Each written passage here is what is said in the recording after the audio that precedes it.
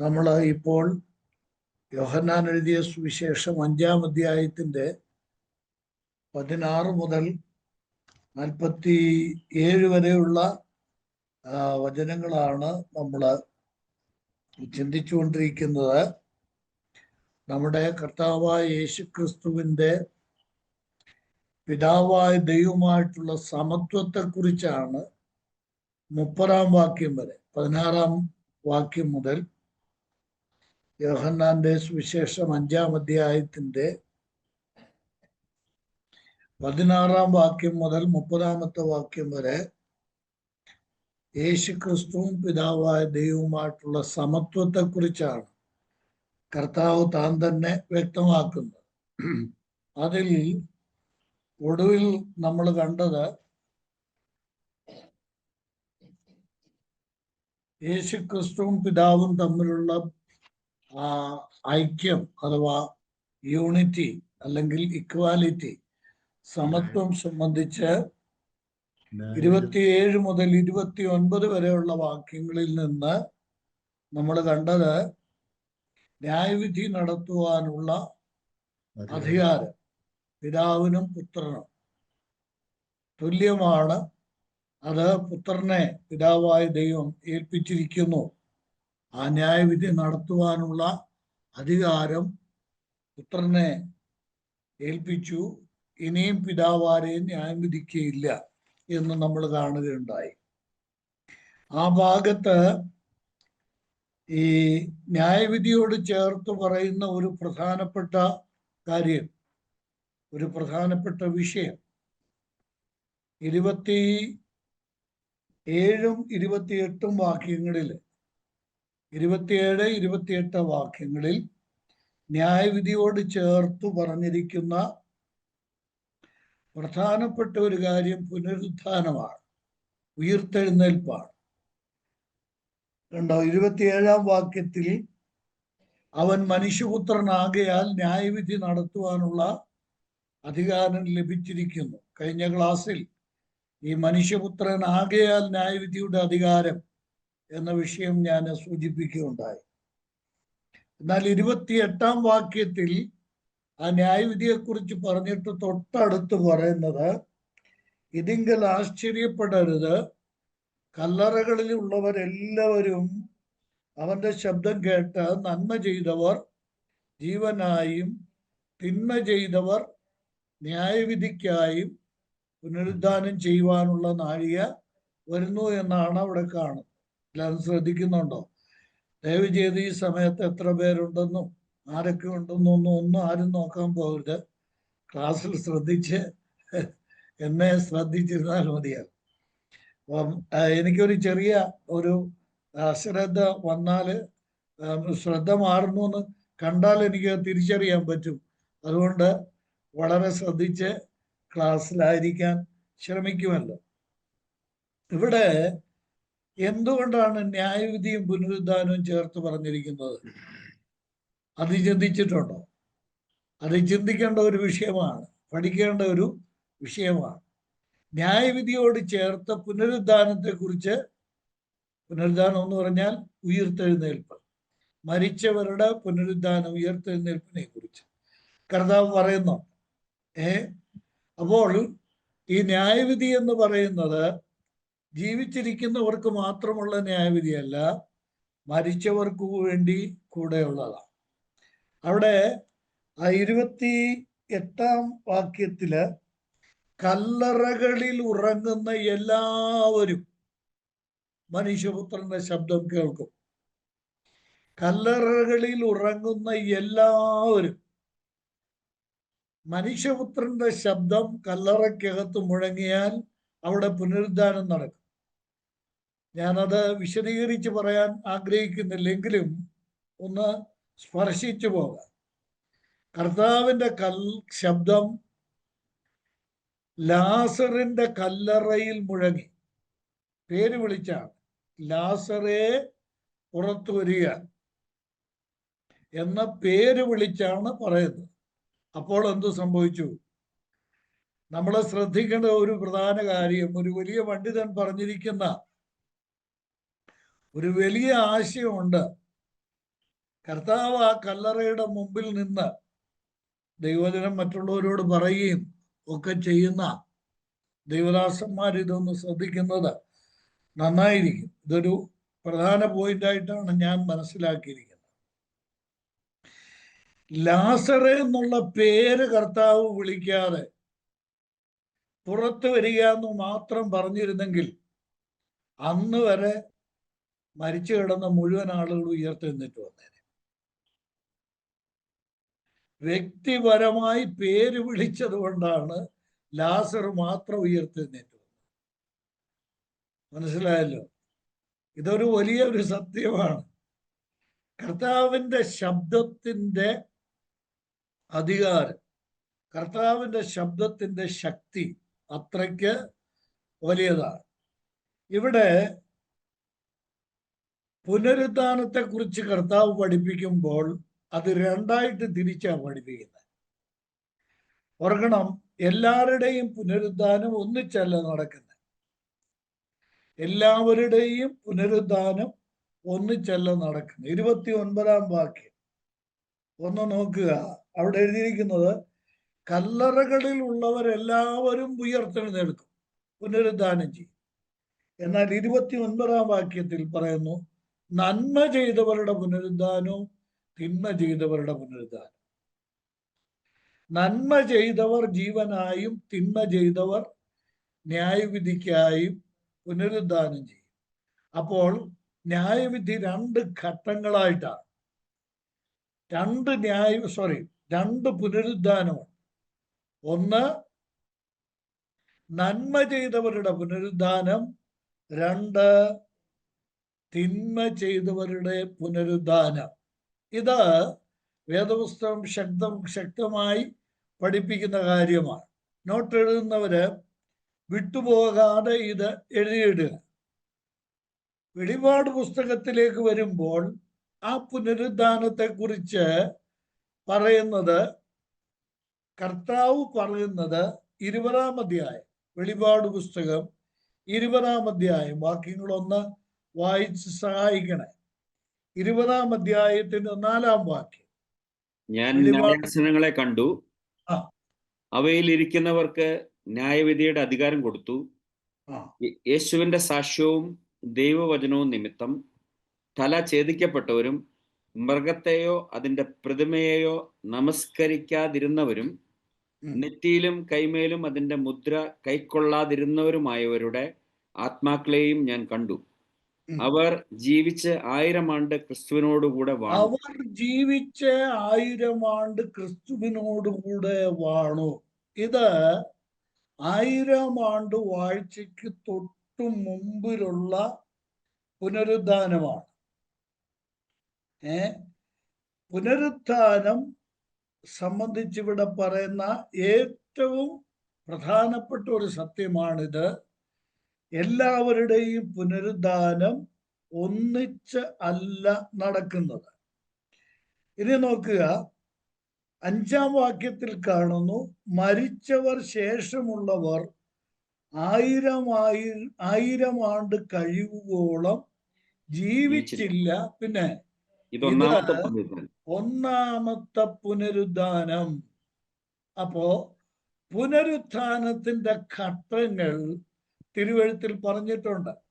ഒന്നാമത്തെ പുനരുദ്ധാനം, ഞാനിത് ഇങ്ങനെ അത് ഒരു ചെറിയ തോതിൽ ഒന്ന് വിശദീകരിച്ചു പോകാൻ ആഗ്രഹിക്കുക. കർത്താവ് വെളിപാട് പുസ്തകത്തിൽ നമ്മൾ വായിക്കുന്നുണ്ട്, ഒന്നാം പുനരുദ്ധാനത്തിൽ പങ്കുള്ളവൻ ഭാഗ്യവാനാണ്, അവന് രണ്ടാം മരണത്തിന്റെ മേൽ അധികാരമില്ല. ഒന്നാം പുനരുദ്ധാനം, രണ്ടാം മരണം, ഈ രണ്ട് കാര്യങ്ങൾ വെളിപാട് പുസ്തകത്തിന്റെ ആദ്യ ഭാഗത്ത് തന്നെ നമ്മൾക്ക് കാണാൻ സാധിക്കുന്നുണ്ട്. ഒന്നാമത്തെ പുനരുദ്ധാനത്തിൽ പങ്കുള്ളവൻ ഭാഗ്യവാനാണ്. ഏതാണ് ഈ ഒന്നാമത്തെ പുനരുദ്ധാനം? ഏതാണ് രണ്ടാമത്തെ പുനരുദ്ധാനം? രണ്ട് മാത്രമല്ല. ഇനി ഞാൻ അതിൻ്റെ ഘട്ടം തിരിച്ചൊന്ന് പെട്ടെന്ന് പറഞ്ഞു പോവാം. ഒന്നാമത്തെ പുനരുദ്ധാനം എന്ന് പറയുന്നത്, നോക്കണം, 1 തെസ്സലോനിക്കർ 4 അധ്യായം 1 തെസ്സലോനിക്കർ 4 അധ്യായത്തിന്റെ 16 വാക്യം മുതൽ 18 വാക്യം വരെ പറയുന്നതാണ് ആദ്യത്തെ പുനരുദ്ധാനം, ഒന്നാമത്തെ പുനരുദ്ധാനം, അഥവാ നന്മ ചെയ്തവരുടെ പുനരുദ്ധാനം. ഇവിടെ നന്മ ചെയ്തവർ എന്ന് ഉദ്ദേശിക്കുന്നത് രക്ഷിക്കപ്പെട്ടവരെ കുറിച്ചാണ്. രക്ഷിക്കപ്പെട്ടവരുടെ പുനരുദ്ധാനം, അതാണ് ഒന്നാമത്തെ പുനരുദ്ധാനം. ആ പുനരുദ്ധാനം നടക്കുന്നത് എപ്പോഴാണ്? കർത്താവ് താൻ ഗംഭീര നാദത്തോടും പ്രധാന ദൂതന്റെ ശബ്ദത്തോടും ദൈവത്തിന്റെ കാഹളത്തോടും കൂടെ സ്വർഗത്തിൽ നിന്ന് ഇറങ്ങി വരികയും, അടുത്ത വാചകം, ക്രിസ്തുവിൽ മരിച്ചവർ മുമ്പേ ഉയർത്തെഴുന്നേൽക്കും. ഇതാണ് ഒന്നാമത്തെ പുനരുദ്ധാനം എന്ന് പറയുന്നത്.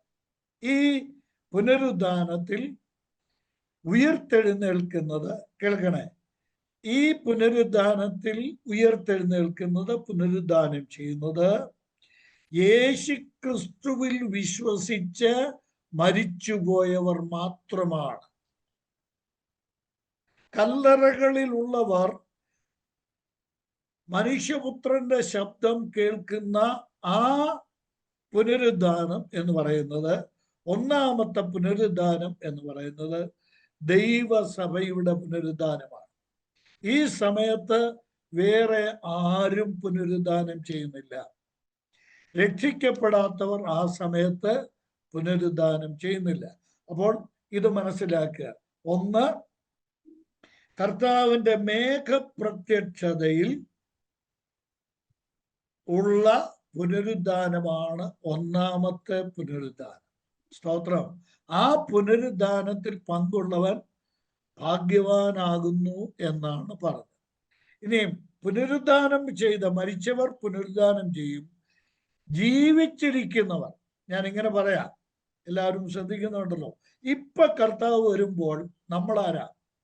നമ്മൾ മരിച്ചവരല്ല, പിന്നെ നമ്മള് ജീവിച്ചിരിക്കുന്നവരാ. നമുക്ക് എന്തോ സംഭവിക്കും? നമ്മൾക്ക് രൂപാന്തരം വരും. മനസ്സിലായല്ലോ? ക്രിസ്തുവിൽ മരിച്ചവർ ഉയർത്തെഴുന്നേൽക്കുകയും ജീവനോടിരിക്കുന്ന നാം രൂപാന്തരം പ്രാപിച്ച് ആകാശത്തിൽ കർത്താവിനെ എതിരേൽപ്പാൻ അവരോടൊരുമിച്ച്, ഈ രണ്ടു കൂട്ടരും കൂടെ ഒന്നിച്ചാണ് ആകാശത്തിലേക്ക് എടുക്കപ്പെടുന്നത്. ഇത് ഒന്നാമത്തെ പുനരുദ്ധാനം. രണ്ടാമത്തെ പുനരുദ്ധാനം നോക്കുക. രണ്ടാമത്തെ പുനരുദ്ധാനമാണ് വെളിപാട് പുസ്തകം 20 അധ്യായത്തിൽ നമ്മൾ ഇപ്പോൾ കണ്ട പുനരുദ്ധാനം. അതേതാണ്? 1000 ആണ്ടിനു മുമ്പുള്ള പുനരുദ്ധാനം. കർത്താവും സഭയും ഒരുമിച്ച് മഹോപദ്രവ കാലഘട്ടത്തിൽ രക്ഷിക്കപ്പെട്ട എന്ന് പറഞ്ഞാൽ അത് വിത്തിൻ കോമാസിലാണ് ചിന്തിക്കേണ്ടത്. ആ കാലഘട്ടത്തിൽ രക്ഷിക്കപ്പെട്ട യഹൂദന്മാരും പുറജാതികളും ഉൾപ്പെടെ രണ്ടു കൂട്ടരും കൂടെ മഹാപീഡന കാലത്ത് രക്ഷിക്കപ്പെട്ടവരും കർത്താവിന്റെ സഭയും ഒരുമിച്ച് 1000 ആണ്ട് വാഴ്ചയിലേക്ക് മില്ലേനിയം 1000 ആണ്ട് വാഴ്ചയിലേക്ക് പ്രവേശിക്കുന്നതിന് മുമ്പുള്ള പുനരുദ്ധാനമാണ്. നോക്കണം, 20 അധ്യായത്തിന്റെ 6 വാക്യത്തിൽ, വെളിപാട് 20 വാക്യത്തിന്റെ 6 വാക്യത്തിൽ കാണുന്നു ഒന്നാമത്തെ പുനരുദ്ധാനം, വിശ്വാസികളുടെ പുനരുദ്ധാനം. അതിൽ പങ്ക് ഉള്ളവൻ ഭാഗ്യവാനാണ്. അത് കഴിഞ്ഞിട്ട് എന്ത് ചെയ്യാണ്? അത് കഴിഞ്ഞിട്ട് ഒരു പുനരുദ്ധാനം ഉണ്ട്. ആ പുനരുദ്ധാനമാണ് 1000 ആണ്ടിലേക്ക് 1000 ആണ്ട് വാഴ്ചയിലേക്ക് പ്രവേശിക്കുന്നതിന് മുമ്പുള്ള പുനരുദ്ധാനം. അതിൽ വളരെ വിവാദപരമായ വിഷയമുണ്ട് അതിനകത്ത്. ഈ കഴിഞ്ഞ ദിവസം ഞങ്ങള് കുറച്ചുപേർ ഒരുമിച്ച് പാലായില്, കോട്ടയത്തും പാലായിലും ഒക്കെ ഉള്ള ചില സഹോദരങ്ങൾ ഒരുമിച്ച് ഞങ്ങൾ ഒരുമിച്ച് കൂടിയപ്പോൾ ഇത് ഒരു തർക്ക വിഷയമായിട്ട് തന്നെ അവിടെ വന്ന ഒരു കാര്യമാണ്. അതിനകത്തൊരു തർക്കമൊക്കെ ഉണ്ട്. അപ്പൊ ഈ പഴയ നിയമ ഭക്തന്മാരുടെ പുനരുദ്ധാനം എപ്പോഴാണ് നടക്കുന്നത്? സഭയോടുകൂടെ എന്തായാലും അവർ പുനരുദ്ധാനം ചെയ്യുമെന്ന് ഞാൻ വിശ്വസിക്കുന്നില്ല. കാര്യം അതിന് വ്യക്തമായ വേദപുസ്തകത്തിലെ തെളിവുകളില്ല. എന്നാൽ 19-ാം അധ്യായത്തിൽ, വെളിപാട് പുസ്തകം 19-ാം അധ്യായത്തിന്റെ 7-ാം വാക്യത്തിൽ അവിടെ കുഞ്ഞാടിന്റെ കല്യാണത്തെ കുറിച്ച് പറയുന്നു. കുഞ്ഞാടിന്റെ കല്യാണത്തിന് നോക്കണം, ആ 7-ാം വാക്യം, നാം സന്തോഷിച്ച് ഉല്ലസിച്ച് അവന് മഹത്വം കൊടുക്കുക, കുഞ്ഞാടിന്റെ കല്യാണം വന്നുവല്ലോ, അവന്റെ കാന്തയും തന്നെത്താൻ ഒരുക്കിയിരിക്കുന്നു. അവൾക്ക് ശുദ്ധവും ശുഭ്രവുമായ വിശേഷ വസ്ത്രം ധരിപ്പാൻ കൃപ ലഭിച്ചിരിക്കുന്നു. 9-ാം വാക്യം, പിന്നെ അവൻ എന്നോട്, കുഞ്ഞാടിന്റെ കല്യാണ സദ്യക്ക് ക്ഷണിക്കപ്പെട്ടവർ ഭാഗ്യവാന്മാർ. അവിടെ ക്ഷണിക്കപ്പെട്ടവരെ കണ്ടോ? കുഞ്ഞാട് ഉണ്ട്, കുഞ്ഞാടിന്റെ കാന്തയുണ്ട്, പിന്നെ കുഞ്ഞാടിന്റെ കല്യാണ സദ്യക്ക് കല്യാണത്തിന് ക്ഷണിക്കപ്പെട്ടവരുണ്ട്. കണ്ടോ? ഇത് മൂന്ന് വിഭാഗമാണ്. കുഞ്ഞാട് മണവാളനാണ്, പിന്നെ കാന്ത ദൈവസഭയാണ്, മണവാട്ടിയാണ്. 3 ക്ഷണിക്കപ്പെട്ടവരെന്ന് പറയുന്ന ആരാ? പഴയ നിയമ ഭക്തന്മാരാണ്. അതാണ് അബ്രഹാമിനോടും ഇസഹാക്കിനോടും യാക്കോബിനോടും കൂടെ പന്തിയിൽ ഇരിക്കും എന്ന് പറഞ്ഞിരിക്കുന്നത് അതാണ്. അപ്പോൾ അവരെവിടെ ഉണ്ട്? കുഞ്ഞാടിന്റെ കല്യാണം നടക്കുമ്പോൾ പഴയ നിയമ വിശുദ്ധന്മാർ ആ കല്യാണ സമയത്ത് ക്ഷണിക്കപ്പെട്ടവരായി സദ്യ കഴിക്കാൻ അവരവിടെ ഉണ്ട്. ആ സദ്യക്ക് അവരവിടെ ഉണ്ട്. എന്നാൽ 20-ാം അധ്യായത്തിൽ സഭയും പഴയ നിയമ ഭക്തന്മാരും അതുപോലെ തന്നെ മഹോപദ്രവ കാലഘട്ടത്തിൽ കർത്താവായ യേശുക്രിസ്തുവിനെ മിശിഹായായിട്ട് അംഗീകരിച്ച് രക്ഷയുടെ അനുഭവത്തിലേക്ക് വന്നവരും ഒരുമിച്ച് മില്ലേനിയത്തിലേക്ക് അഥവാ സഹസ്രാബ്ദ വാഴ്ചയിലേക്ക് പ്രവേശിക്കുന്നതിനു മുമ്പ് ഒരു പുനരുദ്ധാനമുണ്ട്. അതാരുടെയാണ്? അത് മഹോപദ്രവ കാലഘട്ടത്തിൽ നിന്ന് വന്നവരുടെ ആ മഹാകഷ്ടത്തിൽ മൃഗത്തെയോ അതിന്റെ മുദ്രയോ മൃഗത്തെയോ അതിന്റെ ബിംബത്തെയോ നമസ്കരിക്കാത്തവരും അതുപോലെ തന്നെ മൃഗത്തിന്റെ മുദ്ര ഏൽക്കാത്തവരുമായ ആളുകൾ, രക്തസാക്ഷികളായി മരിച്ചവരും അതുപോലെ തന്നെ ആ ന്യായവിധിയിൽ വിവിധ നിലയിൽ മരിച്ചവരും ആയിട്ടുള്ള വിമോചിത അഥവാ വേദപുസ്തക ഭാഷയിൽ പറഞ്ഞാൽ ഒരു ശേഷിപ്പ്. ആ ശേഷിപ്പ് പുനരുത്ഥാനം ചെയ്ത് 1000 ആണ്ട് വാഴ്ചയിലേക്ക് പ്രവേശിക്കും. അപ്പോൾ 2ാമത്തെ പുനരുദ്ധാനം അതാണ്.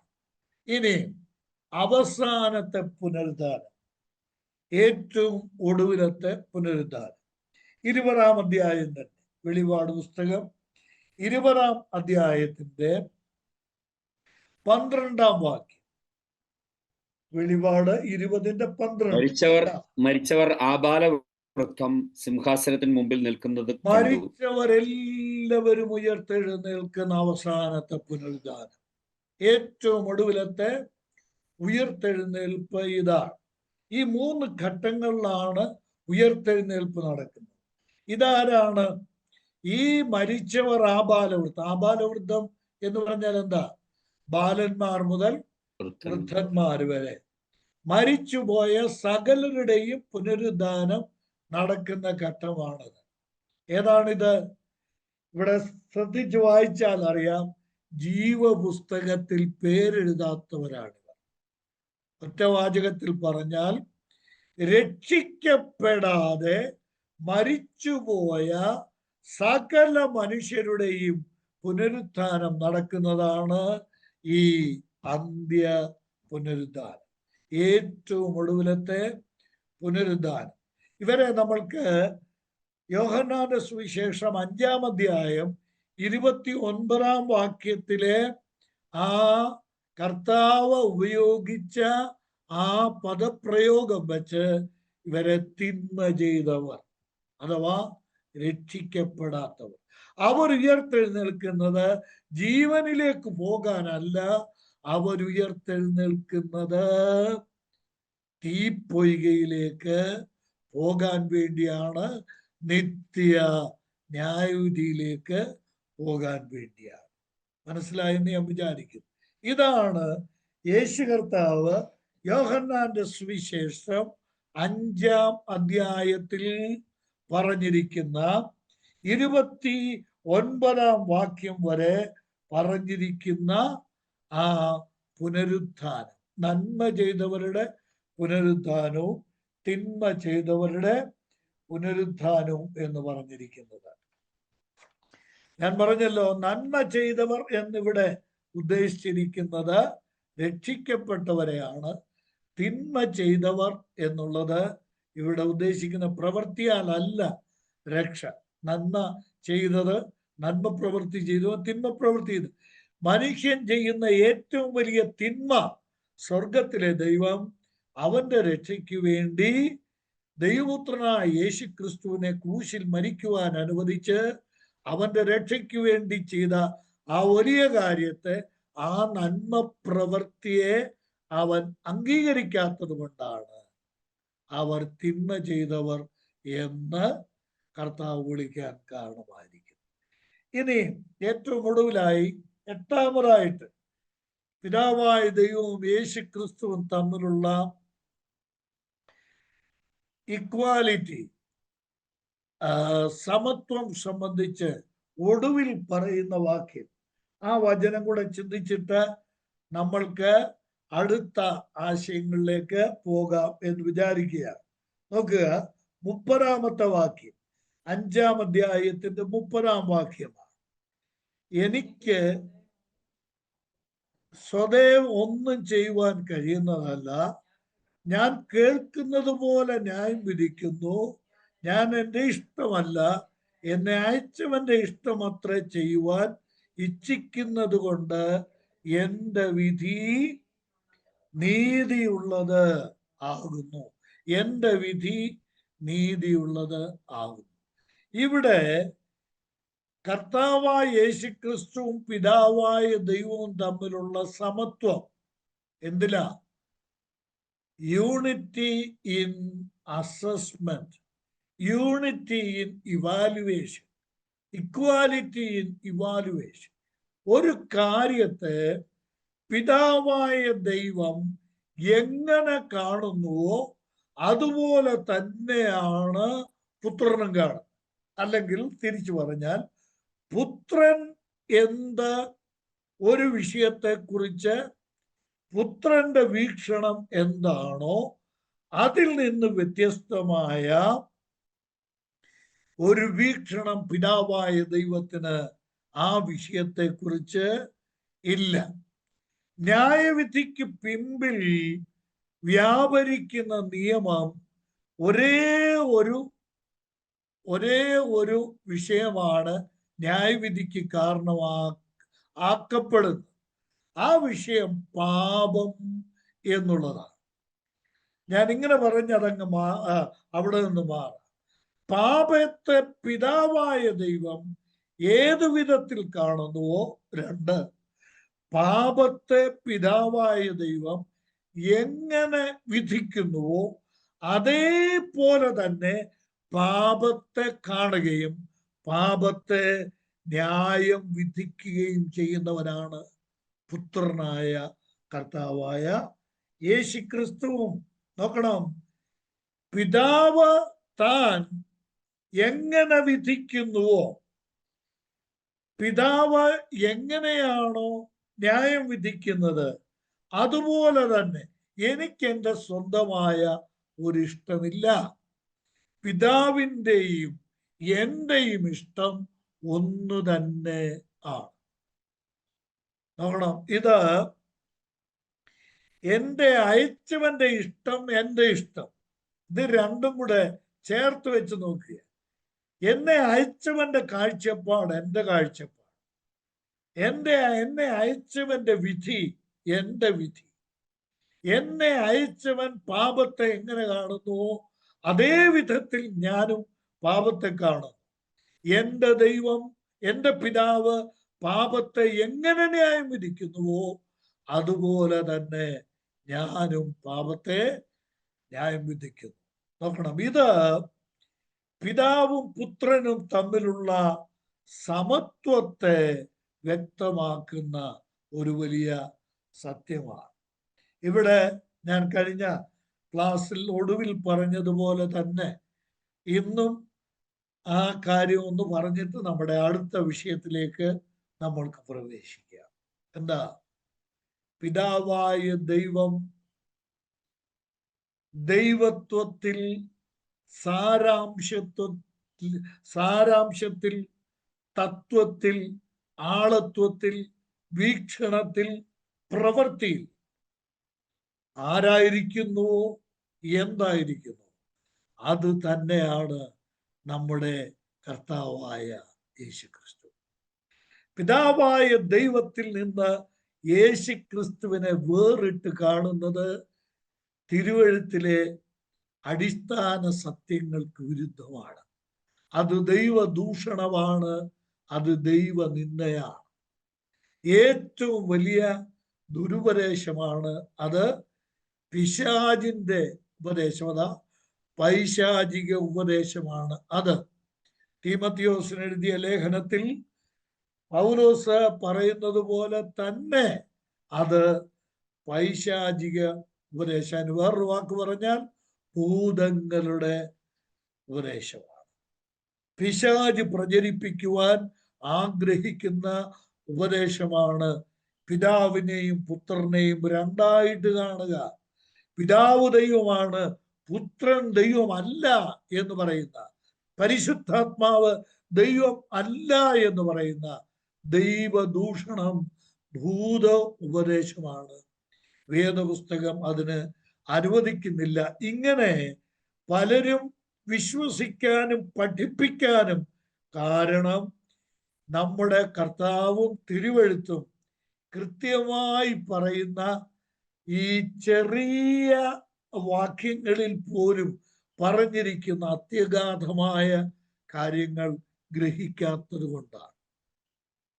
ഇനിയും നമ്മൾ ചിന്തിക്കാൻ ആഗ്രഹിക്കുന്നത് ഈ അധ്യായത്തിലെ തന്നെ വലിയൊരു വിഷയമാണ്. ഈ അധ്യായത്തിലെ മാത്രമല്ല, ബൈബിളിലെ തന്നെ ഒരു വലിയ വിഷയമാണ് നമ്മൾ ഇനി ചിന്തിക്കാൻ ആഗ്രഹിക്കുന്നത്.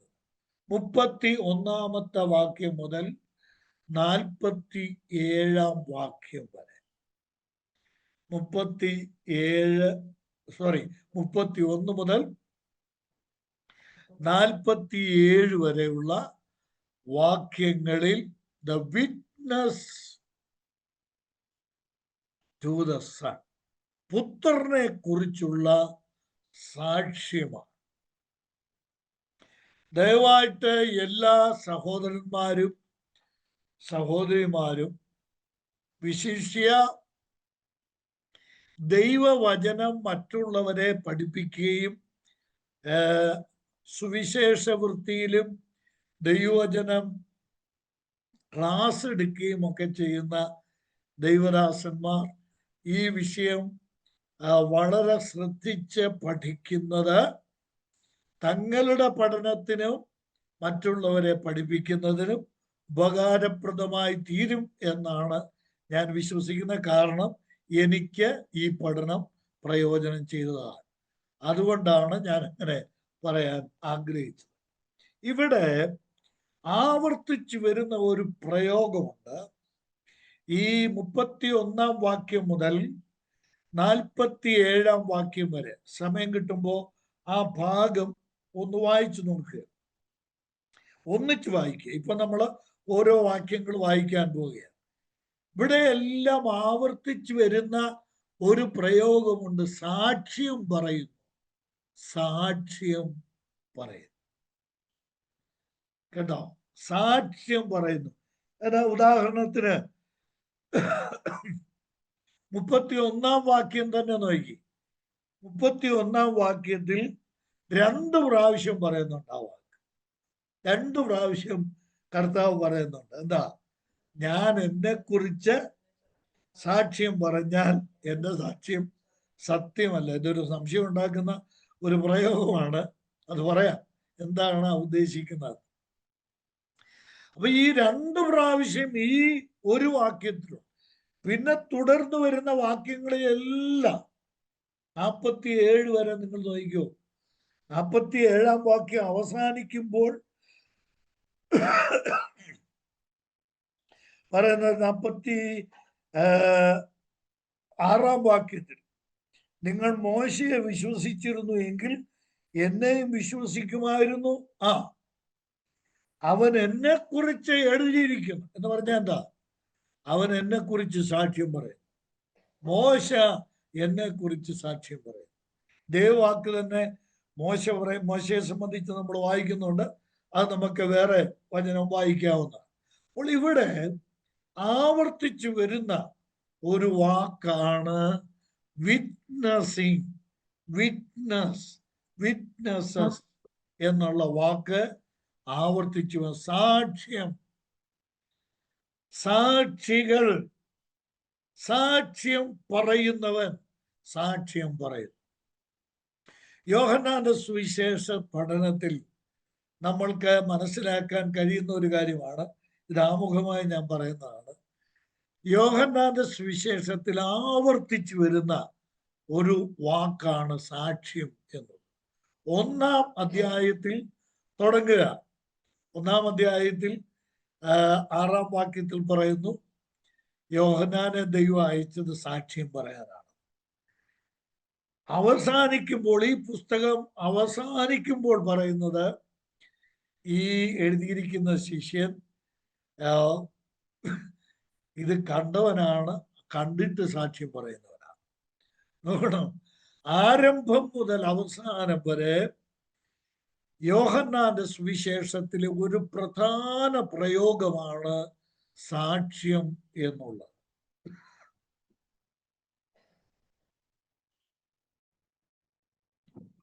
മാത്രമല്ല, ബൈബിളിലെ ഒരു,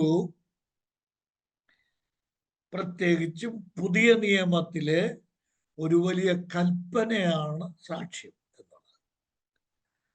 യേശുക്രിസ്തു സഭയെക്കുറിച്ച് ആഗ്രഹിച്ചത്, തൻ്റെ ജനത്തെക്കുറിച്ച്, തന്നിൽ വിശ്വസിക്കുന്നവരെ കുറിച്ച് ആഗ്രഹിച്ചത് അതാണ്. ഇനി മറ്റൊരു കാര്യം, വളരെ പ്രധാനപ്പെട്ട ഒരു കാര്യം,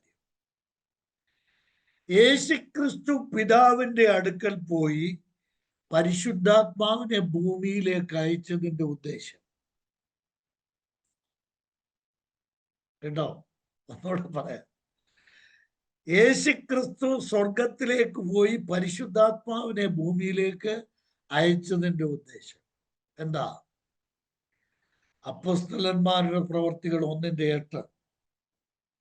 എന്നാൽ പരിശുദ്ധാത്മാവ് നിങ്ങളുടെ മേൽ വരുമ്പോൾ നിങ്ങൾ ശക്തി ലഭിച്ചിട്ട് യെരൂശലേമിലും യഹൂദയിലെല്ലായിടത്തും ശമരിയിലും ഭൂമിയുടെ അറ്റത്തോളം എൻ്റെ സാക്ഷികളാവും. എന്തിനാ പരിശുദ്ധാത്മാവിനെ തന്നിരിക്കുന്നത്? ഇന്നത്തെ ക്രൈസ്തവ ലോകത്തിന് സംഭവിച്ചിരിക്കുന്ന ഏറ്റവും വലിയ പരാജയം, പരാജയം, പറ്റിയ ഏറ്റവും വലിയ പരാജയം, പരിശുദ്ധാത്മാവിനെ വേറെ എന്തൊക്കെയോ കാര്യത്തിന് വേണ്ടി ഇന്ന് ഉപയോഗിക്കുകയാണ്. എന്നാൽ കർത്താവ്, സ്വർഗത്തിലെ ദൈവം തൻ്റെ പുത്രൻ മുഖാന്തരം പരിശുദ്ധാത്മാവിനെ ഭൂമിയിലേക്ക് അയച്ചത് യേശുക്രിസ്തുവിന്റെ സാക്ഷ്യം നിർവഹിക്കപ്പെടാനാണ്.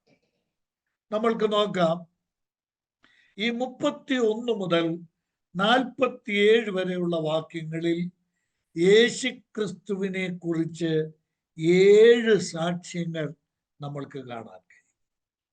ക്രിസ്തുവിനെ കുറിച്ചുള്ള 7 സാക്ഷ്യങ്ങൾ ഈ ഭാഗത്ത് 31-ാമത്തെ വാക്യം മുതൽ 47 വരെയുള്ള വാക്യങ്ങളിൽ നമ്മൾക്ക് കാണാൻ സാധിക്കുന്നുണ്ട്. ഇവിടെ കർത്താവായ യേശുക്രിസ്തു താൻ പറയുന്ന ആ 31-ാം വാക്യത്തിൽ തുടങ്ങുന്ന ഒരു കാര്യം, പിതാവായ ദൈവം തന്നെ ഈ ഭൂമിയിലേക്ക് അയച്ചത് ഒരു ശുശ്രൂഷ നിവർത്തിക്കാൻ വേണ്ടിയാണ്. പിതാവ് എന്നെ അയച്ചു. 2, പിതാവ് എനിക്ക് വചനം തന്ന് അയച്ചു. 3, പിതാവ് എന്നെ ഏൽപ്പിച്ച ശുശ്രൂഷ ഞാൻ തികച്ചു. കർത്താവായ യേശുക്രിസ്തു ഈ ഭൂമിയിൽ വന്നത് പിതാവായ ദൈവത്താൽ അയക്കപ്പെട്ടതാണ്. 2, പിതാവായ ദൈവം അയച്ചപ്പോൾ ഈ ഭൂമിയിലുള്ള ജനത്തിന് കൈമാറാനുള്ള വചനം പിതാവ് പുത്രനെ ഏൽപ്പിച്ചാണ് അയച്ചത്. 3, പിതാവ് പുത്രനെ ഈ ലോകത്തിലേക്ക് അയച്ചത് ഒരു ശുശ്രൂഷ നിവർത്തിക്കാൻ വേണ്ടിയാണ്. നമ്മൾ ഈ യോഹന്നാന്റെ സുവിശേഷം പഠിക്കുമ്പോൾ ഈ 3 വലിയ സത്യങ്ങൾ മിക്കവാറും എല്ലാ അധ്യായങ്ങളിലും കാണാൻ പറ്റും. അതോട് ബന്ധപ്പെടുത്തിയാണ് ഈ സാക്ഷ്യം, പിതാവ് പുത്രനെ അയച്ചു എന്നതിൻ്റെ സാക്ഷ്യം. പിതാവ് പുത്രന്റെ പക്കൽ ദൈവവചനം കൊടുത്തയച്ചു എന്നുള്ളതിൻ്റെ ഉറപ്പ് എന്താണ്? പിതാവ് പുത്രനെ ഒരു ശുശ്രൂഷ ഏൽപ്പിച്ചു എന്നുള്ളതിൻ്റെ തെളിവ് എന്താണ്? ഈ ചോദ്യങ്ങളുടെ എല്ലാം ഉത്തരമാണ് 31-ാം വാക്യം മുതൽ 47-ാം വാക്യം വരെ നമ്മൾ കാണുന്ന വ്യത്യസ്ത സാക്ഷ്യങ്ങളിൽ നമ്മൾ കാണും. ഒന്നാമത് ഇവിടെ പറയുന്ന സാക്ഷ്യം ആരുടെയാണ് എന്ന് നോക്കുക. 31-ാമത്തെ വാക്യം നമ്മൾ മുമ്പ് വായിച്ചതാണ്, ഒരു വട്ടം കൂടെ വായിക്കുക. ഞാൻ എന്നെക്കുറിച്ച് തന്നെ സാക്ഷ്യം പറഞ്ഞാൽ എന്റെ സാക്ഷ്യം സത്യം അല്ല. അയ്യോ, ഇതൊരു വലിയ ദൈവദൂഷണം പോലെ തോന്നില്ലേ? യേശുക്രിസ്തു പറയുന്ന സാക്ഷ്യം സത്യമല്ലേ? കർത്താവായ യേശുക്രിസ്തു തന്നെ കുറിച്ച് തന്നെ സാക്ഷ്യം പറഞ്ഞാൽ അത് സത്യമല്ലേ? എന്താ ആരും ഒന്നും മിണ്ടാതിരിക്കുന്നത്? കർത്താവ് കള്ളം പറയുമോ? ഇല്ല. എന്നിട്ട് എന്താ യേശു ഇങ്ങനെ പറഞ്ഞു?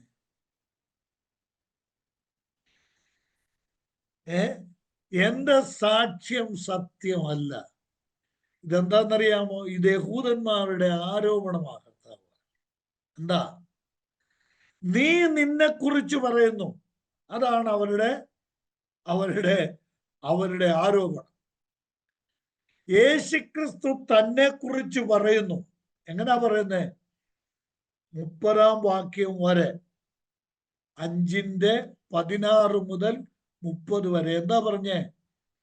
യേശുക്രിസ്തു തന്നെ കുറിച്ച് പറഞ്ഞ എന്താ നോക്കണം. അവിടെ എഴുതിയിരിക്കുന്ന വാക്ക്, ഞാൻ എന്നെ കുറിച്ച് സാക്ഷ്യം പറഞ്ഞു. യേശുക്രിസ്തു തന്നെ കുറിച്ച് പറഞ്ഞ സാക്ഷ്യം എന്താ? ഞാനും പിതാവ് അധ്വാനിച്ചത് വെറുതെ ആകരുതേ, ഞാനും പിതാവ് ഒന്നാകുന്നു. അതാണ്.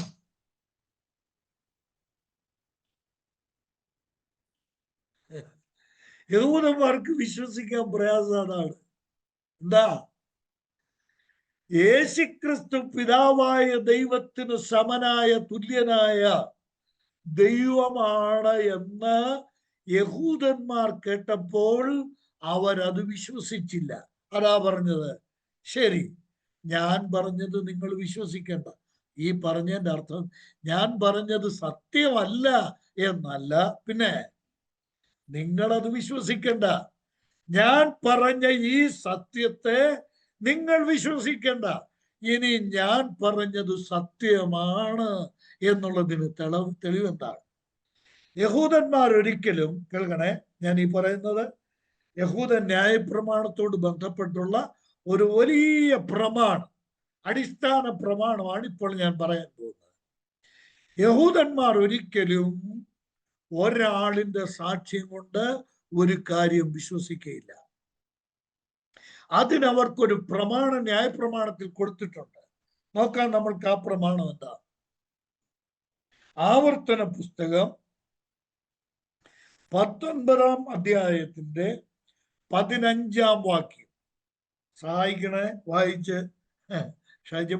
മനുഷ്യൻ ചെയ്യുന്ന യാതൊരു അകൃത്യത്തിനോ പാപത്തിനോ അവന്റെ നേരെ ഏകസാക്ഷി നിൽക്കരുത്. ഏകസാക്ഷിയെ കൊണ്ട് ഒരു കാര്യം തീരുമാനിക്കാൻ പാടില്ല. ന്യായപ്രമാണം. അടുത്തെന്താ ബ്രദറെ? 2 or 3 സാക്ഷികളുടെ വാമൊഴിമേൽ കാര്യം ഉറപ്പാക്കണം. ഏത് കാര്യം ഉറപ്പാക്കണമെങ്കിൽ കുറഞ്ഞത് എത്ര സാക്ഷികൾ വേണം? 2 or 3 സാക്ഷികൾ. ഇവിടെ യേശു കർത്താവ് പറഞ്ഞതിന്റെ അർത്ഥം എന്താണെന്നറിയാമോ? ശരി, ഞാൻ പറഞ്ഞത് വെച്ചു മാത്രം, എന്റെ സാക്ഷ്യം മാത്രം വെച്ചുകൊണ്ട് ഞാൻ ആരാണ് എന്ന് നിങ്ങൾ വിശ്വസിക്കേണ്ട. അതാ ഈ 31-ാം വാക്യത്തിന്റെ അർത്ഥം. ഞാൻ പറഞ്ഞ സാക്ഷ്യമേ സത്യമല്ല, സത്യമാണ് നിങ്ങൾ വിശ്വസിക്കേണ്ട. അതാണ് ആ പറഞ്ഞത്. പുതിയ നിയമത്തിൽ ഈ കാര്യം ആവർത്തിക്കുന്നു. പൗലോസും പറയുന്നുണ്ട്.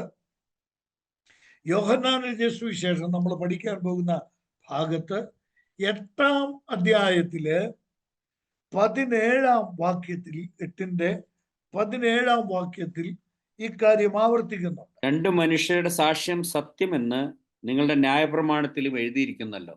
യേശു ക്രിസ്തു പറയുകയാണ് യഹൂദന്മാരോട്, 2 സാക്ഷികളുണ്ടെങ്കിൽ അത് സത്യമാണല്ലോ. അപ്പോൾ ഇവിടെ യേശു ക്രിസ്തു തൻ്റെ ആളത്വത്തെ കുറിച്ചാണ് പറയുന്നത്. The person of Christ. യേശു ക്രിസ്തുവിന്റെ പേഴ്സണാലിറ്റി അല്ല. ഞാൻ നേരത്തെ പറഞ്ഞത് ഓർമ്മ കാണുമല്ലോ. യേശു ക്രിസ്തുവിന്റെ പേഴ്സണാലിറ്റി അല്ല, വ്യക്തിത്വമല്ല. ദ പേഴ്സൺ, യേശു ക്രിസ്തു എന്ന ആളത്വം ആരാണ്? പിതാവായ ദൈവം എന്ന ആളത്വത്തിന് തുല്യമായ ദൈവമാണ്, തുല്യനായ ദൈവമാണ്. അതിന് എന്റെ സാക്ഷ്യം മാത്രം അംഗീകരിച്ച് നിങ്ങൾ അത് വിശ്വസിക്കണ്ട. സാക്ഷികളെ തരാം ഞാൻ. എന്റെ സാക്ഷ്യം പ്രസക്തമാണ്. അത് പിന്നീട് കർത്താവ് താൻ കാര്യങ്ങളെല്ലാം പറഞ്ഞു വന്നിട്ട് കർത്താവ് അത് ഉറപ്പിച്ച് പറയുന്നുണ്ട്. പിന്നാലെ നമ്മൾക്കത് കാണാം. അപ്പോൾ ഇവിടെ ആദ്യം നമ്മൾ കാണുന്നത് കർത്താവായ യേശു ക്രിസ്തുവിന്റെ സാക്ഷ്യമാണ്. എന്നാൽ കർത്താവ് പറഞ്ഞു, നിങ്ങൾ അത് വിശ്വസിക്കേണ്ട. വിശ്വസിക്കാനുള്ള ന്യായങ്ങൾ ഞാൻ പറയാം. ഇനി ഞാൻ ഹാജരാക്കുന്ന സാക്ഷികൾ ആരൊക്കെയാണ്? 2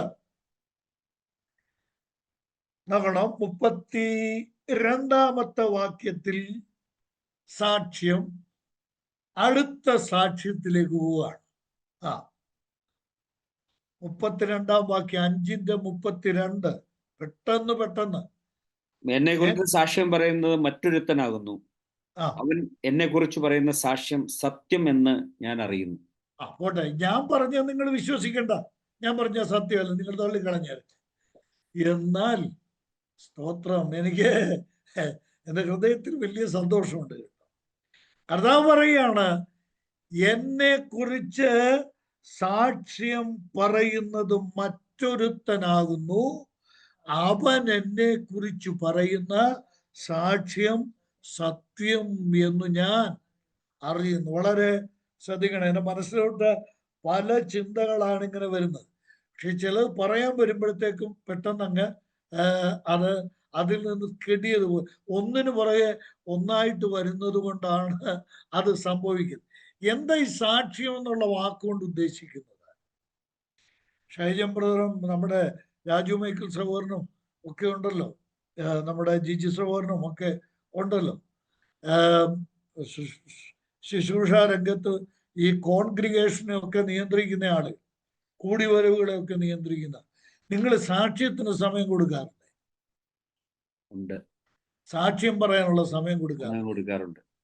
ഉണ്ട്. അത് ശരിയാണോ? അത് ശരിയാണോ? നിങ്ങളെല്ലാവരും സാക്ഷ്യം പറയാൻ സമയം കൊടുക്കുന്ന സഭയ്ക്കകത്താ അല്ലേ? സഭയ്ക്കകത്തല്ലേ? എന്നാ സാക്ഷ്യം പറയേണ്ടത് എവിടാ? ജനത്തിന്റെ മുമ്പിലാ. സഭയ്ക്ക് പുറത്താ പറയേണ്ടത്. ഈ പരിപാടി നിർത്തണം. ഈ സഭയ്ക്കകത്തുള്ള സാക്ഷ്യം പറച്ചില് നിർത്തണം. ഞാനത് വ്യക്തമാക്കാം. സാക്ഷ്യം അഥവാ സാക്ഷി, ഇതൊരു ഇൻട്രൊഡക്ഷനായിട്ട് കണ്ടോണേ. സാക്ഷി അഥവാ സാക്ഷ്യം എന്നുള്ളത് ഒരു കോടതി വാക്കാണ്. മനസ്സിലാവുന്നു? രാജു മൈക്കിൾ സാറേ, കോടതി വാക്ക് ഏത്? സാക്ഷി. സാക്ഷികളെ ആവശ്യം എവിടെയാ? സാക്ഷികളെ ആവശ്യം എവിടെയാ? കോടതിയിലാ. സാക്ഷികളെ ആവശ്യം. കോടതിക്കാണ് ആവശ്യം. സഭ കോടതിയാണോ? യേശുക്രിസ്തുവിനെ ആരാധിക്കുന്ന, യേശുക്രിസ്തു ദൈവമാണ്, യേശുക്രിസ്തു എന്റെ രക്ഷിതാവാണ്, കർത്താവായ യേശു എന്റെ കർത്താവാണ് എന്ന് പറയുന്നിടത്താണോ യേശുക്രിസ്തുവിനെ കുറിച്ച് സാക്ഷ്യം പറയേണ്ടത്? അഥവാ ഈ വന്ന യേശു കള്ള ക്രിസ്തുവാണ്, ഈ യേശുവിലൂടെ രക്ഷയുണ്ടെന്ന് പറയുന്നത് കള്ളമാണ്, നിങ്ങൾ പറയുന്നത് ബോഷ്കാണ് എന്ന് പറയുന്ന ലോകത്തിലാണോ സാക്ഷ്യം പറയേണ്ടത്? മനസ്സിലായോ? ഇതൊക്കെ വളരെ ഗൗരവമായിട്ട് നമ്മൾ പഠിക്കണം. സാക്ഷികളെ ആവശ്യം കോടതിയിലാണ്. ഇതൊരു കോടതി പദമാണ്. ഇവിടെ നമ്മൾ കണ്ട ഈ കാര്യം ഓർക്കുന്നല്ലോ. എന്താ? ആവർത്തന പുസ്തകം 19-ാം അധ്യായത്തിലും യോഹന്നാൻ സുവിശേഷം 8-ാം അധ്യായത്തിലും യേശുക്രിസ്തു പറഞ്ഞത് ഒരേ കാര്യം തന്നെ. എന്താ യേശുക്രിസ്തു പറഞ്ഞതും ന്യായപ്രമാണത്തിൽ പറഞ്ഞതും? ഒരു കേസിൽ വിധി പറയുമ്പോൾ, ഒരന്യായത്തിൽ വിധി പറയുമ്പോൾ എന്ത് ചെയ്യണം? ഒറ്റ സാക്ഷിയുടെ വാക്ക് കേട്ടിട്ട് വിധി പറയാൻ പാടില്ല. 2 അതിലധികമോ സാക്ഷികളുടെ വാമൊഴിയാൽ വേണം തീർപ്പ് കൽപ്പിക്കാൻ. ഇതാണ് അടിസ്ഥാന പ്രമാണം. അപ്പോൾ നമ്മൾ ഓർക്കണം, നമ്മുടെ സഭകൾ ഇന്ന് ഫോളോ ചെയ്യുന്ന ഈ സാക്ഷ്യം പറച്ചിൽ എന്നുള്ളത് തികച്ചും വേദപുസ്തക പ്രകാരമുള്ളതല്ല. എന്ന് പറയുന്നത് എന്താണ്? ഞങ്ങളൊക്കെ എനിക്കറിയാം, ഞാനും ഞങ്ങളുടെ സഭയിലും ഒക്കെ ഇത് പറയാറുണ്ട്. എന്താ പറയുന്നത്? സാക്ഷ്യമല്ല പറയുന്നത്. എന്താ പറയുന്നത്? കർത്താവ്, ഞാൻ രോഗിയായിരുന്നു, എനിക്ക് ഇന്ന രോഗം ഉണ്ടായിരുന്നു, ഇന്ന പ്രശ്നം ഉണ്ടായിരുന്നു, കർത്താവ് സൗഖ്യം തന്നു, കർത്താവ് ആ പ്രശ്നത്തെ പരിഹരിച്ചു, എൻ്റെ കുഞ്ഞിന് അഡ്മിഷൻ കിട്ടി. ഇതൊക്കെയല്ലേ പറയുന്നത്? പുറത്തോട്ട് പോകാനുള്ള വഴി തുറന്നു. ഇതെന്താ? ഇത് സാക്ഷ്യമല്ല, ഇത് സ്തോത്രമാണ്. കണ്ടോ? നമ്മൾ ഈ പദങ്ങൾ തമ്മിലുള്ള വ്യത്യാസം പോലും പലപ്പോഴും നമ്മൾ മനസ്സിലാക്കിയിട്ടില്ല. സഭയിൽ എഴുന്നേറ്റ ഒരു വിശ്വാസി പറയുന്നത് സ്തോത്രത്തിനുള്ള കാര്യമാണ്. എന്നിട്ട് ഒടുവിൽ പറയും, ഇന്നിന്ന പ്രാർത്ഥനാ വിഷയങ്ങളുണ്ട്, അതിനുവേണ്ടി നിങ്ങൾ പ്രാർത്ഥിക്കണം. അപ്പോൾ അതെന്തായി? പ്രാർത്ഥനയ്ക്കുള്ള അപേക്ഷയായി. സ്തോത്രത്തിനും പ്രാർത്ഥനയ്ക്കുമുള്ള കാര്യമാണ് സഭയിൽ പറയുന്നത്. സഭയ്ക്ക് പുറത്തു പറയുന്നതാണ് സാക്ഷ്യം എന്ന് പറയുന്നത്. ഇത് തിരിച്ചറിയാം. നമ്മൾ ഇതെല്ലാം നമ്മുടെ സഭകളെ ബോധവൽക്കരിക്കണം. അതനുസരിച്ച് വേണം നമ്മുടെ സമൂഹങ്ങൾ മുന്നോട്ട് പോകാൻ. ഇനി നമുക്ക് മടങ്ങി വരാം. കർത്താവ് പറഞ്ഞു, ഞാൻ എന്നെ കുറിച്ച് സാക്ഷ്യം പറയുന്നുണ്ട്. ഇനിയും ഒരു വലിയ സത്യം കേൾക്കണേ. ഞാൻ സാധാരണയിൽ കൂടുതൽ ശബ്ദത്തിലെ ഇപ്പൊ ഈ ദിവസങ്ങളിലൊക്കെ ക്ലാസ് എടുക്കുന്നത്. അതെനിക്ക് തന്നെ ബോധ്യമുണ്ട്, ഇത്രയും ശബ്ദം വേണ്ടെന്ന് എനിക്കറിയാം. എന്നാൽ ഈ ആശയങ്ങളൊക്കെ പറയുമ്പോൾ നമ്മൾ അറിയാതെ തന്നെ ശബ്ദമൊക്കെ വന്നു പോകുന്നതാണ്. എന്താ ഈ 32-ാം വാക്യത്തിൽ പറഞ്ഞിരിക്കുന്ന മറ്റൊരുത്തന്റെ സാക്ഷ്യം? അതാരാണ്? എന്നെ കുറിച്ച് സാക്ഷ്യം പറയുന്നത് മറ്റൊരുത്തൻ ആകുന്നു, അവൻ എന്നെ കുറിച്ച് പറയുന്ന സാക്ഷ്യം സത്യമാകുന്നു. ഈ മറ്റൊരുത്തൻ ആരാണ്? പെട്ടെന്ന് തിരുവഴുത്തിലൂടെ നമുക്ക് പോകാം.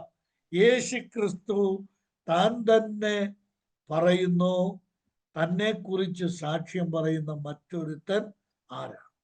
അത് ഇംഗ്ലീഷ് ഭാഷയിൽ ഈ അനദർ വൺ എന്ന ഇംഗ്ലീഷിൽ എഴുതി, എന്നെ കുറിച്ച് സാക്ഷ്യം പറയുന്ന മറ്റൊരുത്തൻ ആണ്.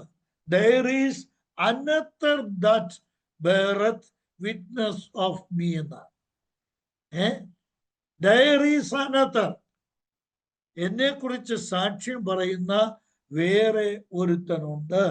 അത് ഗ്രീക്ക് ഭാഷയിൽ എങ്ങനെയാണെന്നറിയാമോ? ഈസ് അല്ലോസ് എന്ന വാക്കാ കൊടുത്തിരിക്കുന്നത്. ഈസ് അല്ലോസ്, another of the same kind എന്ന ഇംഗ്ലീഷിൽ അതിന്റെ അർത്ഥം എന്താ? എന്നെ പോലെ, കേൾക്കണേ, എന്നെ പോലെ സെയിം ക്യാരക്ടറുള്ള, സെയിം പേഴ്സൺ ആയിട്ടുള്ള എന്നെ പോലെ ഒരുത്തൻ എനിക്ക് സാക്ഷ്യം പറയും. ഇവിടെ പറഞ്ഞിരിക്കുന്ന ഈ അനദർ വൺ എന്നുള്ളത് വേറൊരു മനുഷ്യനെ അല്ല ഉദ്ദേശിക്കുന്നത്. ഗ്രീക്ക് ഭാഷയിൽ ഉദ്ദേശിക്കുന്നത് ഈസ് അല്ലോസ് ആണ്. എന്ന് പറഞ്ഞാൽ യേശുക്രിസ്തുവിന്റെ ദൈവത്വത്തിന് തുല്യമായ ആളത്വമുള്ള മറ്റൊരുത്തൻ എന്നെ കുറിച്ച് സാക്ഷ്യം പറയുമെന്നാണ്. അത് ഗ്രീക്കിൽ വായിച്ചെങ്കിൽ മലയാളത്തിൽ വായിച്ചാൽ അത് കൃത്യമാകുകയില്ല. ആ മറ്റൊരുത്തൻ ആരാണ്?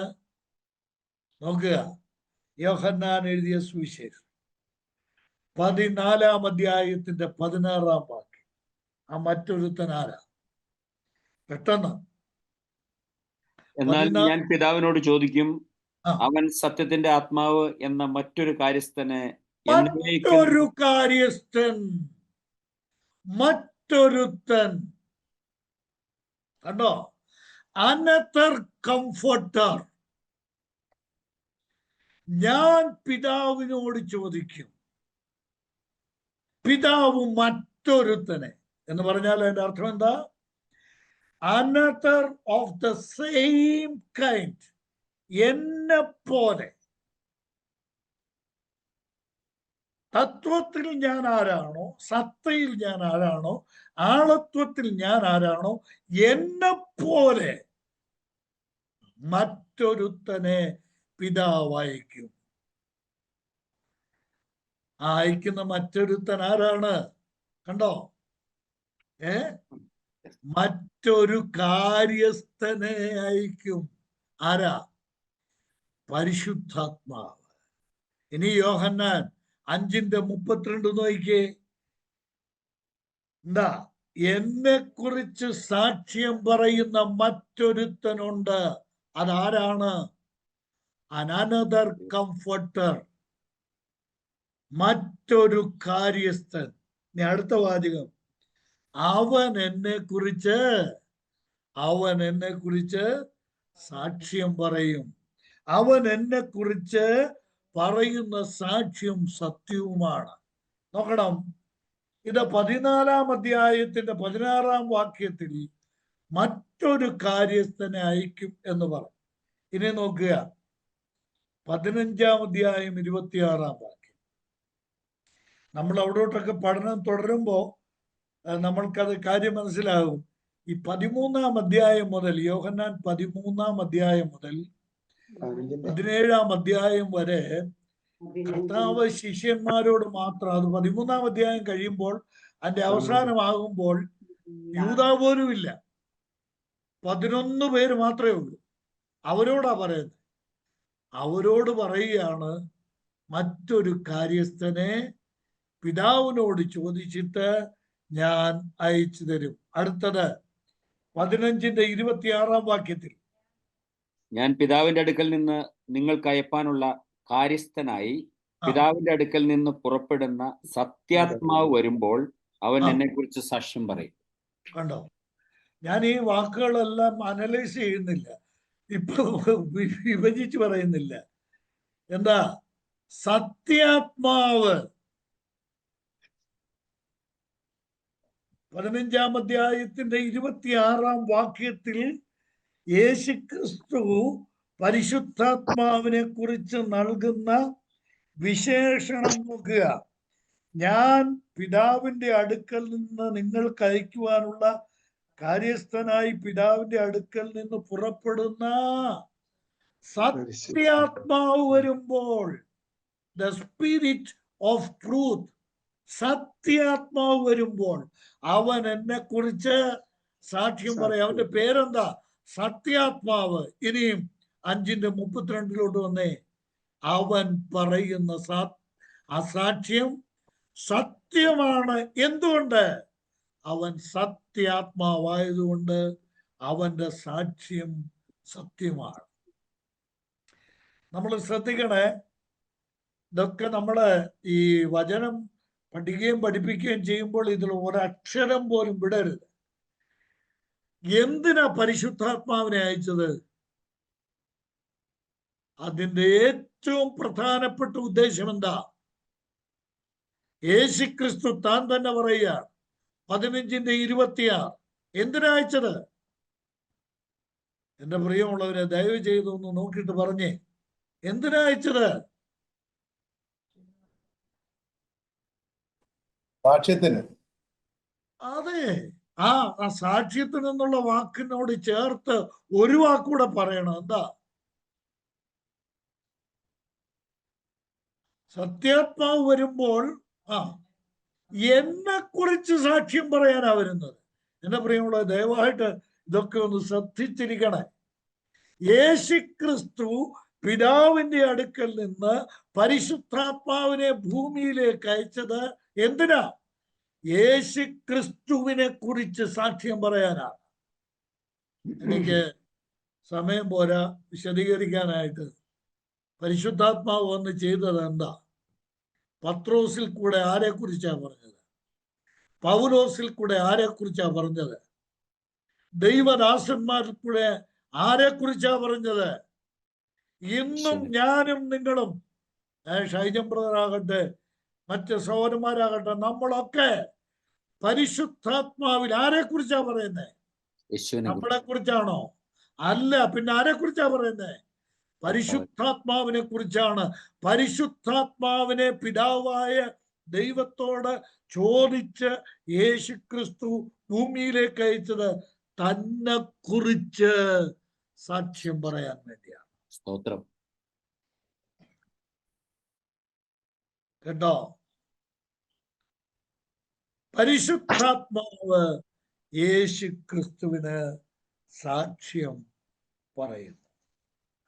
ഇത്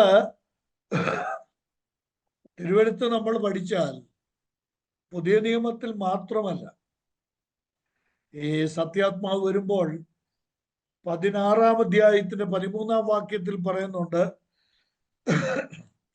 സകല സത്യത്തിലും വഴി നടത്തും.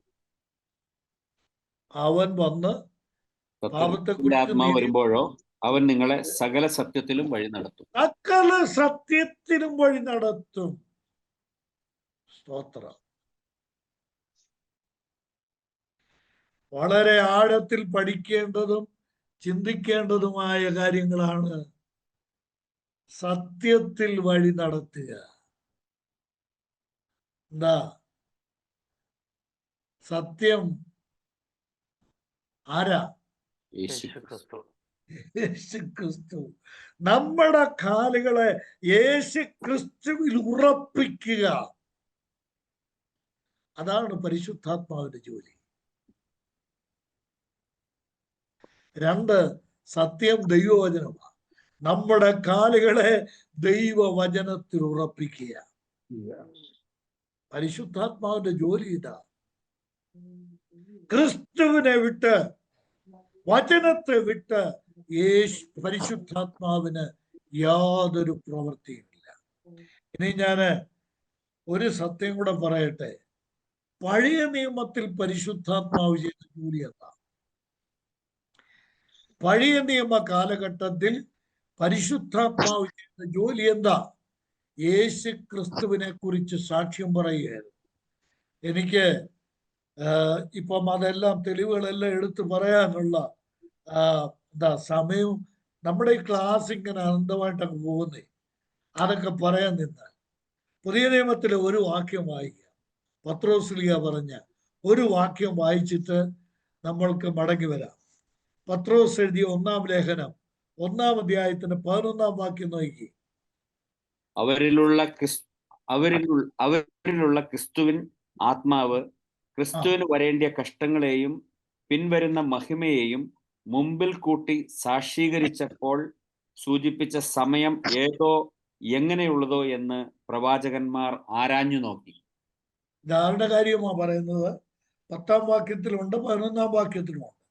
10-ാം വാക്യത്തിൽ പറയുന്നു, നിങ്ങൾക്ക് വരുവാനിരിക്കുന്ന കൃപയെ കുറിച്ച് പ്രവചിച്ച പ്രവാചകന്മാർ. ഇതേതാ ഈ പ്രവാചകന്മാർ?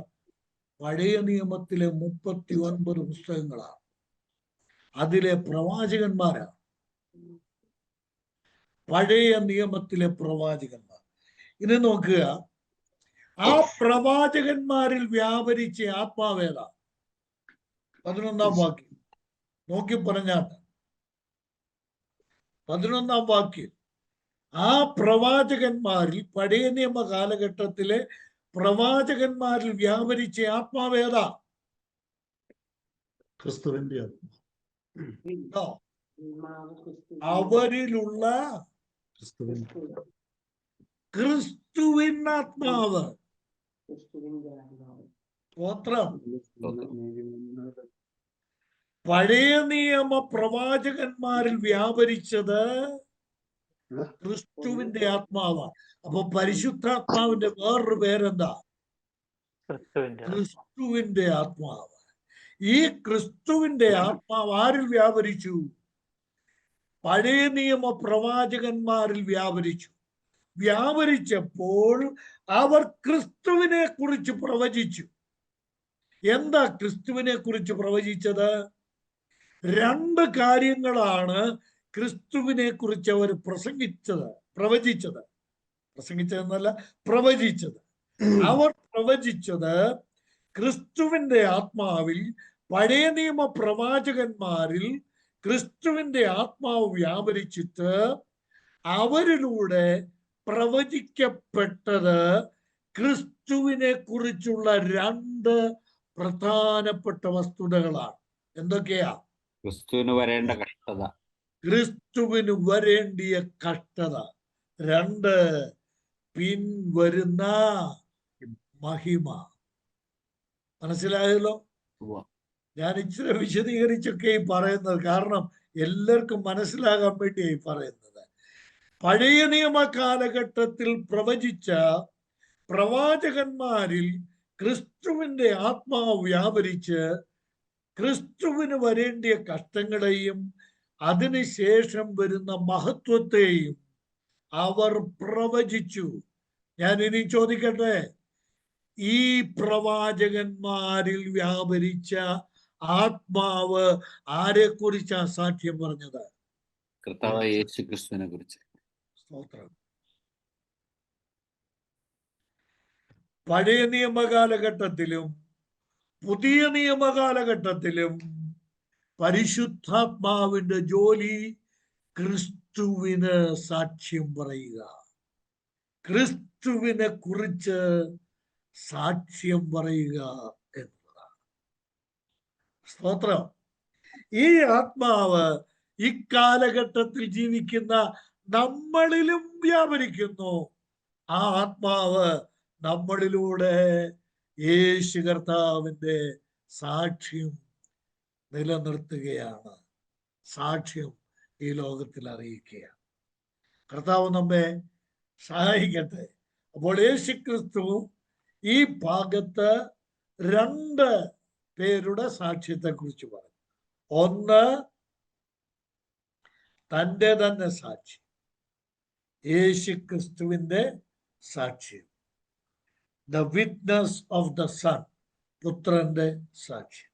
2, the witness of the holy spirit, പരിശുദ്ധാത്മാവിന്റെ സാക്ഷ്യം. മൂന്നാമത്തത് തുടങ്ങി വെക്കുക 33 മുതൽ 35 വരെയുള്ള വാക്യങ്ങളിലാണ്. ആ 35-ാം വാക്യം 33-ാം വാക്യം, 33 മുതൽ 35. നിങ്ങൾ യോഹന്നാന്റെ അടുക്കൽ ആളയച്ചു, അവൻ സത്യത്തിന് സാക്ഷ്യം പറഞ്ഞിരിക്കുന്നു. മതി. അപ്പോ ഇന്ന് നമുക്ക് ഈ വാക്യം വായിച്ചു നിർത്താം. കേട്ടോ? ഇതാളുടെ സാക്ഷ്യമാ? The witness of the John the Baptist, Yohannan സ്നാപകന്റെ സാക്ഷ്യം. 35-ാം വാക്യം വരെ തുടരുകയാണ് ഈ സാക്ഷ്യം സംബന്ധിച്ചുള്ള കാര്യം. ഞാനിവിടെ ഈ വാക്യം നമ്മൾ ധ്യാനിക്കുമ്പോൾ നമ്മൾ പഠിക്കേണ്ട ഒരു കാര്യം ഇപ്പൊ തന്നെ ഒന്ന് അതിന്റെ സൂചന നൽകി പോവുക. ഇവിടെ യോഹന്നാന്റെ യേശുക്രിസ്തുവിനെ കുറിച്ചുള്ള സാക്ഷ്യമുണ്ട്. യോഹന്നാൻ യേശുക്രിസ്തുവിനെ കുറിച്ച് പറയുന്ന സാക്ഷ്യമുണ്ട്. 2, യോഹന്നാനെ കുറിച്ച് യേശു കർത്താവ് പറയുന്ന സാക്ഷ്യം. കണ്ടോ? യോഹന്നാനെ കുറിച്ച് യേശുക്രിസ്തു പറയുന്ന സാക്ഷ്യം. ഞാൻ ഇന്നത്തെ നമ്മുടെ ക്ലാസ് ഇവിടെ അവസാനിപ്പിക്കുകയാണ്. ദയവായിട്ടൊന്ന് ചിന്തിച്ചേ. നമ്മൾ കർത്താവിനെ കുറിച്ച് സാക്ഷ്യം പറയുന്നുണ്ട്. 100% നമ്മൾ കർത്താവിനെ കുറിച്ച് പറയുന്ന സാക്ഷ്യങ്ങൾ സത്യമായിരിക്കണം, വചനപ്രകാരമായിരിക്കണം, ദൈവാത്മാവ് നൽകുന്ന സാക്ഷ്യമായിരിക്കണം. എന്നാൽ ലളിതമായൊരു ചിന്ത നമ്മുടെ മുമ്പിൽ വെച്ചുകൊണ്ട് ഞാൻ നിർത്തട്ടെ. യോഹന്നാൻ യേശുക്രിസ്തുവിനെ കുറിച്ച് സാക്ഷ്യം. സ്തോത്രം. യോഹന്നാനെ കുറിച്ച് കർത്താവ് സാക്ഷ്യം പറയും. അവൻ ജ്വലിച്ചു പ്രകാശിക്കുന്ന വിളക്കാണ്. സാക്ഷ്യം. ഞാൻ ചോദിക്കട്ടെ, ഒരു ചെറിയ ചോദ്യം. യേശുക്രിസ്തു നമ്മളെ കുറിച്ച് പറയുന്ന സാക്ഷ്യം എന്തായിരിക്കും? എന്തായാലും കർത്താവിന് നമ്മളെ കുറിച്ചൊരു സാക്ഷ്യം. ഞാൻ വ്യക്തമാക്കാം, ആ സാക്ഷ്യമാണ് ശരിക്കുമുള്ള സാക്ഷ്യം. നാം സഭയുടെ നടുവിൽ എഴുന്നേറ്റ് നിന്ന് നമ്മളെ കുറിച്ച് നമ്മൾ പറയുന്ന സാക്ഷ്യം അല്ല. ആരെങ്കിലും എഴുന്നേറ്റ് നിന്ന് ഞാൻ മോശമാണെന്ന് പറയുന്നു. ഞാനിപ്പോൾ എഴുന്നേറ്റ് നിങ്ങളുടെ നടുവിൽ നിന്ന് സാക്ഷ്യം പറയുന്നുണ്ട്, ഞാൻ മോശമാണ്, ഞാൻ കൊള്ളരുതാത്തവനാണെന്ന് വല്ലതും പറയാം? പറയത്തില്ല. എന്നാൽ എന്നെ ശരിക്കും അറിയുന്നവൻ കർത്താവാണ്. കർത്താവിന്റെ സാക്ഷ്യമാണ് ശരിയായ സാക്ഷ്യം. സഹോദരന്മാരെ, സഹോദരിമാരെ, നമ്മൾ നമ്മുടെ കർത്താവിനെ കുറിച്ച് പറയുന്ന സാക്ഷ്യം 100% സത്യമാണ്. എന്നാൽ ഞാൻ ലളിതമായ ഒരു ചോദ്യത്തോടെ ഇന്നത്തെ ക്ലാസ് അവസാനിപ്പിക്കണം. കർത്താവ് നമ്മളെ കുറിച്ച് എന്ത് സാക്ഷ്യം പറയും?